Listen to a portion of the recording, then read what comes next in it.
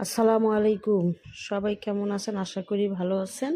আমি দেশি কই মাছ দিয়ে সিম ফুলকপি দিয়ে রান্না করব আর আপনাদের সাথে কিছু কথা আমি শেয়ার করব। আমি এখানে তেল দিয়ে দিলাম, পেঁয়াজ দিয়ে দিচ্ছি, তারপরে ভালো করে পেস্ট হলে পানি দিয়ে দিলাম।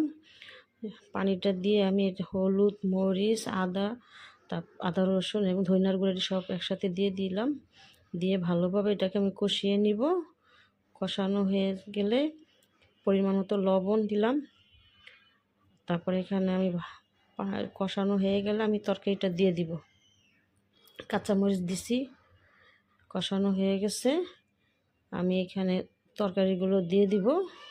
সিম, আলু, শীতের সবজি শীতের খাইতেই ভালো লাগে। তো দেশি কই মাছ দিয়ে রান্না করব আর আপনাদের সাথে যেটা আমি বলছিলাম সে কথাগুলো শেয়ার করব।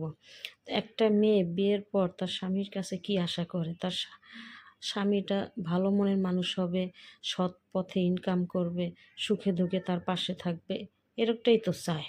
এবং স্বামীও চায় বউটা ভালো হোক, তার পাশে থাকুক, সুখে দুঃখে তার সাথে হোক।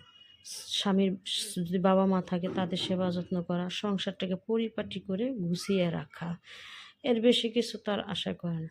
স্বামী স্ত্রীর মতো হয় তাহলে ওই সংসার কখনোই কোনো ঝামেলা এসে জড়াতে পারে না। আর যদি স্ত্রী ভালো হয়, স্বামী ভালো না হয়, তাহলে তো স্ত্রীর আর দুঃখের শেষ নাই।